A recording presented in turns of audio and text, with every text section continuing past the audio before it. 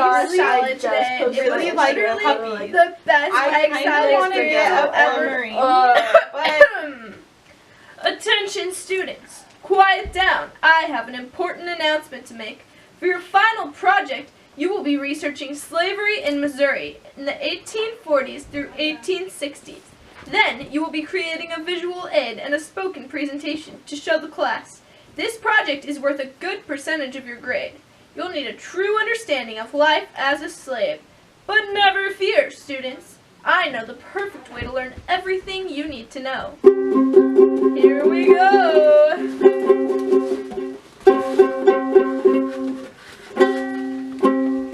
Welcome to Missouri. It's 1845. What's all that? All what? This is crazy. Come on, let's go check it out. I want you to meet my friends. This is Huck, and this is Jim. Gee Willikins, I've been waiting on you guys forever. I hardly believe that you was even coming. Welcome to Missouri. What's all of this? These three are researching slavery in the 1840s through 1860s. And what better way to learn about slavery than to talk to a former slave?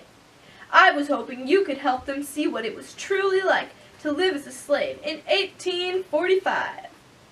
You're a former slave? Why, yes, I am. What was that like, being a slave? Well, I suppose it weren't too fun. What do you want to know? What sort of conditions did you live under? Most of the slaves, they work as field hands, except on Sundays. They cultivated cotton, plow fields, and plant crops. The work changed dependent on the time of year. But what did you do? Can you give us some examples? There was a variety of things we do, except on the Lord's Day. We do housework, like when I worked for Miss Watson. Miss Watson was his slave owner before he ran away. Right, I lived in a small shack on her property. Miss Watson, she were good to me, but still the quarters was tight. What was the shack like? They was usually dirt floors, very little furniture, no doors or windows. What sort of clothes did you wear? The clothing was usually made on the plantation from low quality fabrics. Often we was barefoot, except in the winter. What sort of food did you eat? Oh, it was all over the place, but usually the likes of pork and corn from the farm. Some farmers I know, they allowed that the slaves could have patches of their own, so they could hunt and get their own fish. How could a slave become free? Well, to be free weren't an easy task. The slaveholder, they pay so much money for the slave, they was protective. There were free states in the North, though, right? As long as you could get out of the South, weren't you free? You're right that they was free states up north, but it weren't so simple. When a slave finally did escape to the free state, some slaves allowed that they could stay, even if the slave owners followed them. So then they were finally free.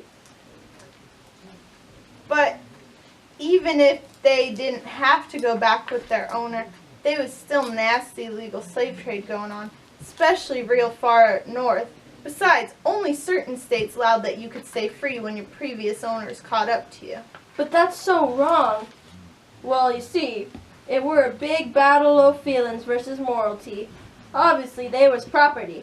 But some states didn't see that. And some of the whites, like me, fell into evil and helped steal that property. So what you're saying is that the slaves were just property to you? Yes, sir, at first. But I come to see that Jim was white inside, same as me. And we all weren't so different as I thought. So to you, being white inside, did that humanize him? Yes, sir. He weren't just property no more. He was my friend. And you wrote a book, right? The one we've been reading in class. Yes, I did. The Adventures of Huckleberry Finn. A classic, I must say. What was life like for you when you wrote it? Well, like I said in the book, my father was a town drunk. He weren't so moral, you see. So that must be why I fell.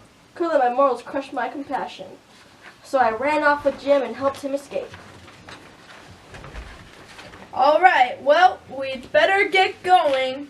All right, see you later.